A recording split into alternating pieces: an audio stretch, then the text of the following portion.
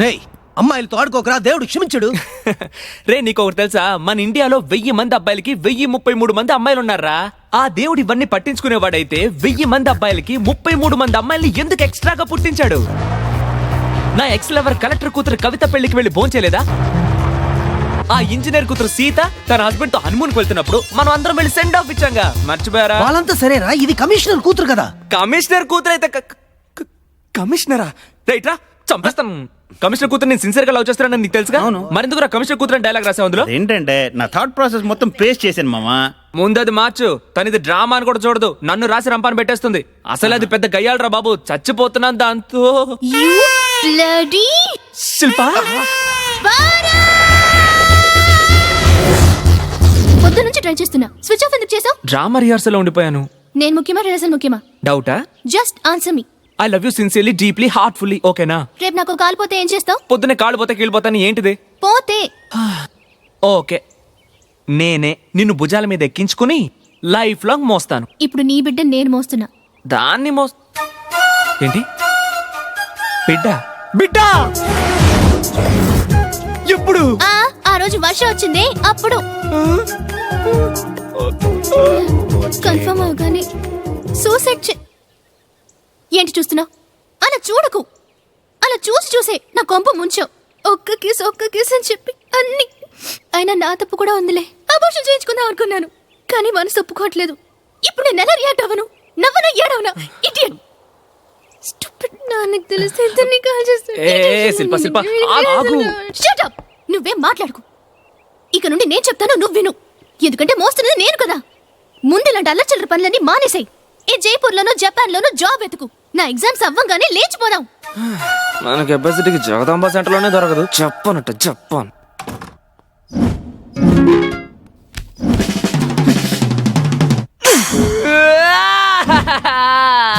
అయ్యయ్యో, కమిషనర్ నన్ను ఎక్కడెక్కడ కాలుస్తారో తెలియదు. ఈ ఏజ్ లో నేను తండ్రిని కావడం ఏంట్రా బాబు. కొంచెం జాగ్రత్తగా మన గ్రూప్ లోనే ఫస్ట్ టైం ఫాదర్ అయ్యావు. ట్రీట్ లేదా?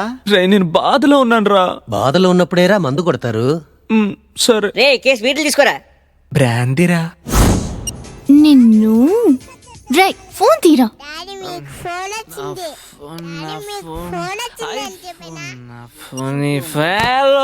ఏంట్రా ఫోన్ తీయడానికి ఇంత లేటు? పార్టీయా? అంటే ఫస్ట్ టైం ఫాదర్ ఫ్యామిలీ. నువ్వేంటి, నీకు నిద్ర రాలేదా? బాగా వస్తుంది, కానీ నీ బిడ్డ నిద్రపోనిస్తేగా. ఫోన్ అడిగివు ఏంట్రా? అమ్మ నిద్రపోనువా ఏంటి? డాడీ జోలుబడు బజ్జుకోరా బుజ్జిగాడా, అల్లరొద్దు అందగాడా. ఒకవేళ అమ్మ లాంటి అమ్మాయి బజ్జుకోమ్మ బుజ్జాయి.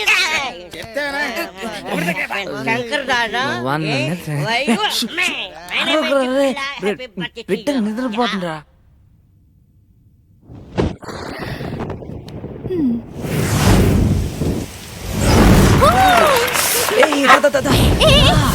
ఇక్కడేది కాపే, ఇంకొంచెం దూరమేగా వెళ్ళిపోయి ఉండేవాళ్ళం కదా. నేను అప్పుడే చెప్పాను వర్షం వచ్చేలా ఉందని. నువ్వు వెళ్ళలేదు, తీసుకొచ్చేసా ఫుల్ గా తడిచిపోయింది. ఇక నేను రాలేను. ఇలాంటి క్లైమేట్ లో అమ్మాయిలు రప్పించడానికి అబ్బాయిలు ఎంత బతిమాలుతారు. వాళ్ళంతా మంచి అమ్మాయిలు. నీలాగా ఇక్కడ ముట్టుకోవద్దు, అక్కడ ముట్టుకోవద్దు, ఇక్కడ ముట్టుకోవద్దు అంటారుగా వాళ్ళు. ఇంట్లో ఉంటే కంప్యూటర్ చూసి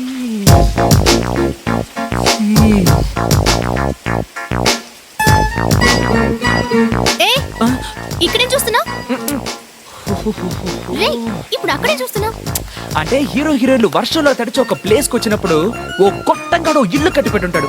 అందులో బెడ్ ఉంటుంది, బెడ్షీట్ ఉంటుంది, ఫ్రిడ్జ్ ఉంటుంది, క్యాంప్ ఫైర్ ఉంటాయి, అన్ని ఉంటాయి. కానీ వాడు మాత్రం ఉండడు. లోపలికి వెళ్ళొచ్చు, ఓ సాంగ్ వేసుకోవచ్చు, తలుపు కూడా వేసుకోవచ్చు. తలుపు దేనికి? అంటే తలుపు వేసుకోకపోతే బాగుండదు కదా. శిల్ప, మన లవ్ మొదలై చాలా కాలం అయింది. ఒక కిస్ ఇవ్వా? సరే నేను ఇస్తాను, ఒప్పుకో. ఒక్కటే మళ్ళీ అడుగును. అక్కడే అక్కడే ఎక్కడైనా ఓకే. తొండి నేను ఒప్పుకోను. నేను ఇవ్వకముందే నువ్వు జరిగిపోయావు ఫుల్గా. అక్కడ మెడ పక్కన ప్రామిస్ గా మళ్ళీ అడగను. ఒకే ఒక్క కిస్. ఓకేనా? ఒక్క కిస్సే. ఇంకొక్క కిస్సే కదా. ఇదేంటి ఇంత తొందరగా ట్యూన్ అయిపోయింది? రే ఇదే లాస్ట్, మళ్ళీ మళ్ళీ అడుపు, నేను ఒప్పుకోను. ఒక్క కిస్సే కదా.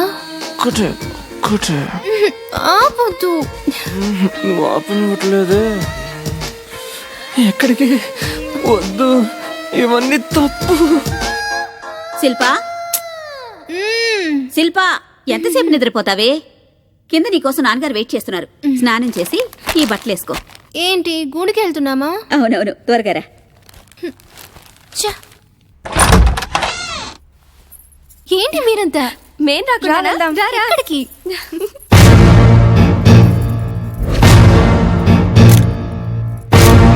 రామ్మా కూర్చో. షాక్ అయ్యావా? తనతో ఇంకా ఈ విషయం చెప్పలేదండి.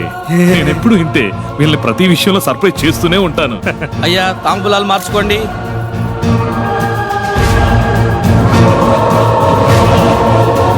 వీళ్ళ పరిస్థితి ఇలా ఉంది. ఇప్పుడు కొంతకాలం క్రితం జరిగిన మరో ప్రేమ కథను చూద్దాం. దానికి దీనికి లింక్ ఉంది.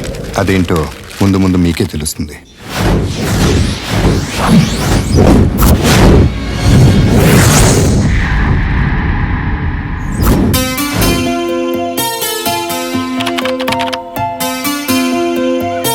ఏయ్, గొడవ చేయకూడదు. అందరికీ తెచ్చానని చెప్తున్నాను కదా. నా మాట వినండి. హాయ్ సతీబామ అక్క మా అందరికి బట్టలు వెరీ గుడ్, వెరీ గుడ్. జాగ్రత్తగా ఆడుకోండి, మెల్లగా. అంకుల్. పిల్లల్లో ఆనందం చూసినప్పుడే నువ్వు వచ్చావనుకున్నాను. వెళ్ళి ఆడుకోమ్మా. ఈ ప్యాకెట్స్ ఏంటి? అనితకి గిఫ్టా? అవును, రేపు అనిత బర్త్డే. నీ శాలరీలో సగం అనిత గిఫ్ట్స్ కి, మిగతాది ఆశ్రమానికి ఇవ్వడానికి సరిపోతుంది. మరి రేపు నీ సంగతి ఏమిటమ్మా? నాకంటూ మీరందరూ ఉన్నారుగా. అందుకే నీకు పెళ్లి చేయాలనుకుంటున్నాను. మన కలెక్టర్ గారు అబ్బాయి, ఒక్కడే పిల్లవాడు, మంచివాడు, ఆదర్శ భావాలున్నవాడు. మన అనాథాశ్రమంలో పెరిగిన అమ్మాయినే చేసుకోవాలనుకుంటున్నాడు.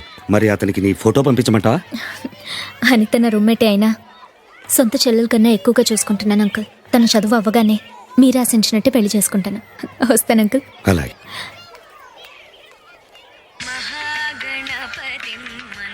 హలో.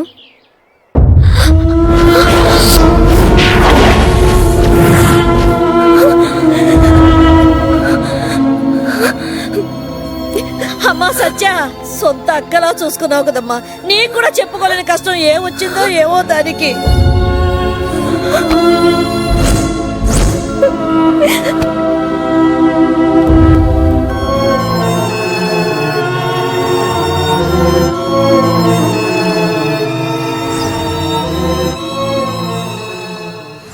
నువ్వే తెరిచి చూడు. Happy birthday to you, happy birthday to you. Thank you so much. ఏ అన్నయ్యలకే కట్టాలా? జీవితాంతం ఎవరైతే తోడుగా రక్షగా ఉంటారో వాళ్ళకి కట్టేదే రక్షాబంధన్. నాకున్న ఒకే తోడు నువ్వే కదక్కా.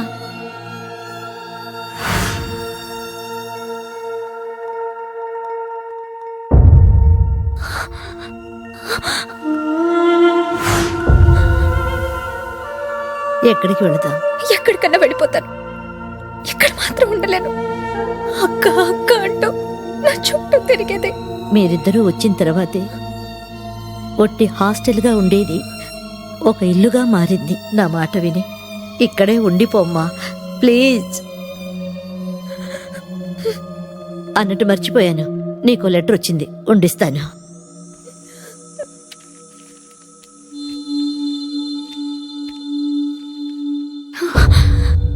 ఫ్రమ్ అనిత. అక్క నన్ను క్షమించు. నాకు మంచి రూమ్మేట్గా అక్కగా నువ్వు దొరికావు. కానీ నా క్లాస్మేట్స్ అలా కాదు.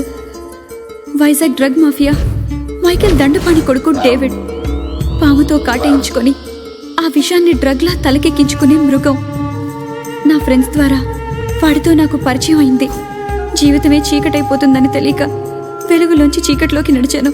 నన్ను కన్న వాళ్లతో పాటు మిగతా అందరూ ఎగ్జామ్లో ఫెయిల్ అయినందుకే ఇలా చేసుకున్నాను అనుకుంటారు. కానీ నీకు మాత్రం నిజం తెలియాలని ఈ లెటర్ రాస్తున్నా. డ్రగ్స్కి అలవాటు పడ్డ నన్ను డేవిడ్ న్యూడ్గా ఫొటోస్ తీసి బ్లాక్మెయిల్ చేయడం మొదలుపెట్టాడు. వాడు చెప్పినట్లు చేయలేకే ఈ నిర్ణయం తీసుకున్నాను. ఈ విషయం ఎవరికీ తెలియనివ్వద్దు. నీ అనిత. లేదు, వదలను.